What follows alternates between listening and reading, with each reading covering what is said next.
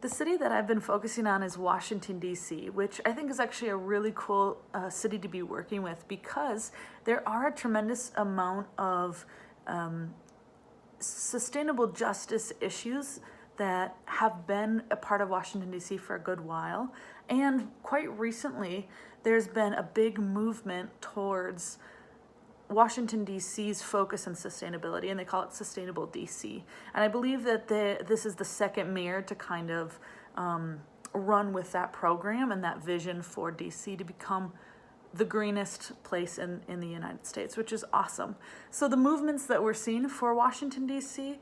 are pioneering the way for the U.S. So I definitely think that the things that they're doing are in correlation with what we're learning about that have the potential for all urban settings in the United States to be like. Some examples of that are Washington, D.C. actually in 2015 joined the Network for Biophilic Cities, and that network has some pretty specific qualifications in order to actually be kind of certified with them, which is cool to be a partner. And some of those things are things that Washington, what DC has to comply with in order to be a partner, which is awesome. And for example, some of the things that are required to be a part of this partnership are proximity of green spaces to where residents live. And I believe it's about 300 meters or so. And so DC has a vision to increase the proximity for their population to be next to green spaces. And we see that in a lot of ways, especially when we look at what they're doing to increase tree coverage for rooftop green rooftops. When we're talking about park restorations, green space restoration, it's a really cool part of DC's vision for sustainable DC.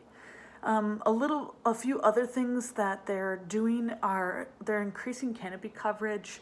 They have a tremendous budget and investment in solar and wind projects, especially solar projects that are helped to be funded for lower income areas.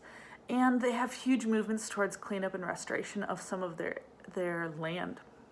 The biggest example of this is the Anacostia River, which is really famous for just being completely destroyed due to garbage, due to toxic waste, etc. And that area had a really tremendous population of lower income areas, and it was affecting a lot of these people health-wise.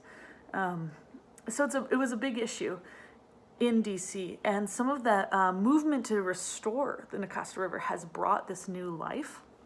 And I believe currently Washington, D.C. has prepared a project for the future to kind of even restore it even more. And one of the cool things that they're doing as they're becoming a biophilic city is they're actually going to be building this huge green space and this huge, I believe it's like a $45 million project to build this big bridge across it to just kind of highlight and emphasize the beauty of this river that's now kind of being brought back to life, and to get people to gather around this green space and to make it the heart of the city.